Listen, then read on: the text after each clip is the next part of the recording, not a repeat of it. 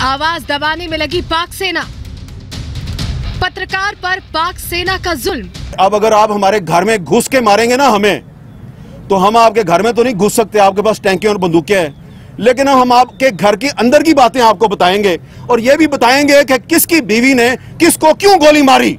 नमस्कार दोस्तों, जय हिंद। आप सभी का स्वागत है आपके अपने चैनल आजाद भारत लाइव पे। दोस्तों, ये एक रिएक्शन वीडियो है और आप इस पर्टिकुलर वीडियो में देखेंगे किस तरह से पाक मीडिया से आए हुए इस वीडियो में कई सारी बातें की जा रही है भारत और पाकिस्तान के रिश्तों के बारे में, और कई सारी ऐसी चीजें हैं जो हमें आज तक नहीं पता थी। So let's watch the video.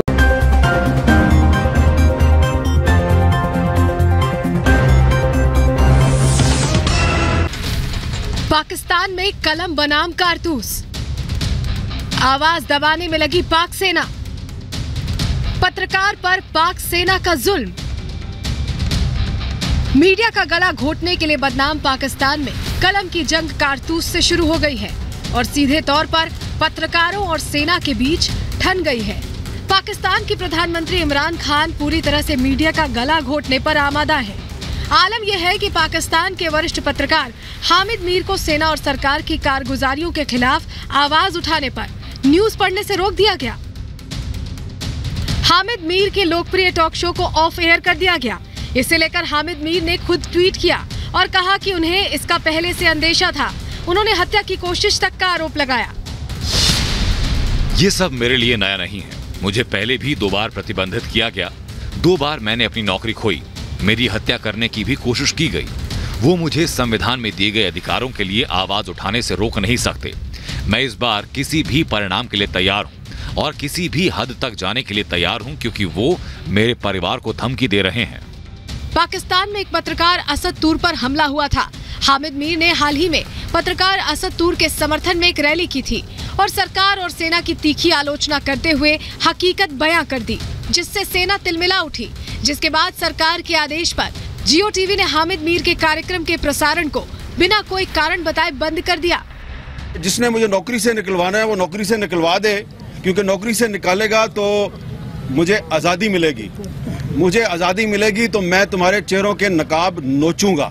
ये मैंने इसलिए बात किया कि इसको मारा भी और फिर कहा कि ये तो जनाब पॉलिटिकल असाइलम लेना चाहता है। तो पॉलिटिकल असाइलम इसने तो नहीं लिया।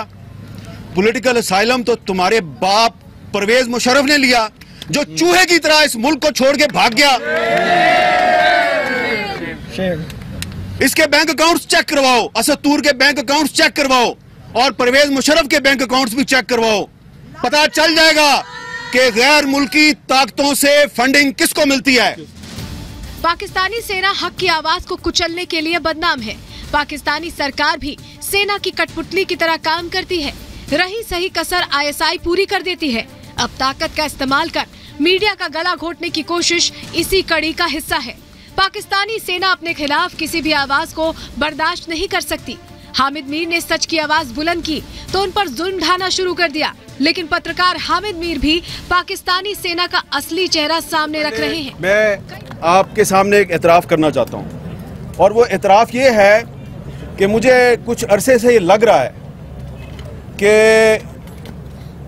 हम जिन इदारों में काम करते हैं उन इदारों को चारों तरफ से घेरा डालकर इतना मजबूर कर दिया गया है कि वो हमें अपने साथियों की नौकरियों का वास्ता दे के कहते हैं कि यार ये बात ना करें, ये कर लें, ये ना करें, ये ना करें। तो हम अपने साथी जो हैं उनकी नौकरियों की खातिर थोड़ी एहतियात का मुजाहरा करते हैं, लेकिन ऐसा लगता है कि ये अब स्ट्रेंथ बन गई है दुश्मन की, जो हमारी आज़ादी सहाफ़त का दुश्मन है। लिहाजा मैं सिर्फ अपनी बात कर रहा हूँ कि मुझे लग रहा है कि ये जो नौकरी है मेरी, ये मेरे पाँव की जंजीर बन रही है और मैं कुछ बातें नहीं कह सकता। लिहाजा आज के दिन से मैं आहिस्ता आहिस्ता कुछ बातें कहनी शुरू करूँगा, और जिसने मुझे नौकरी से निकलवाना है वो नौकरी से निकलवा दे, क्योंकि नौकरी से निकालेगा तो मुझे आज़ादी मिलेगी। मुझे आज़ादी मिलेगी तो मैं तुम्हारे चेहरों के नकाब नोचूंगा। ये आपको शायद लग रहा हो कि मुझे तो गुस्सा चढ़ा हुआ है। मुझे कोई गुस्सा नहीं चढ़ा हुआ। गुस्सा इसलिए नहीं चढ़ा हुआ कि ये जो नौजवान मेरे साथ खड़ा है, पहले आपने इसको मारा, इसके घर में घुस के मारा, और फिर आपने एक दूसरे को टेलीफोन कॉलें की और पर्सनल मीटिंग्स में कहा हमने घर में घुस के मारा। तो अगर तुम इतने बहादुर हो तो घर में घुस के मारते हो जिसमें उसकी मदद के लिए सिवाय उसके तोते के और कोई भी नहीं था, तो इतने मर्द के बच्चे हो, इतने बहादुर हो, तो सीना तान के कहो ना हाँ जी मैं इसके घर में घुसा हूं। लेकिन तुम इतने बुज़दिल हो, इतने बेगैरत हो कि तुम ये तो नहीं मान रहे कि मैं इनके घर में घुसा था, तुम कहते हो ओहो नहीं कोई लड़की का भाई था जिसने मारा है। तो क्योंकि एक बहुत बेगैरत और बुज़दिल दुश्मन से वास्ता पड़ा है, तो इसलिए वो समझता है कि मेरा पता नहीं चलेगा, मैं नामालूम हूं। तुम कोई नामालूम नहीं हो, तुम्हारा पता है मैं तुम कौन हो। ये जो तुमने एक असद तूर के बारे में प्रोपेगेंडा किया है कि जनाब लड़की का जो भाई था वो इसका भी भाई नहीं, लड़की के भाई का नहीं पता मुझे, लड़की की माँ का पता है, उसका नाम जनरल रानी है।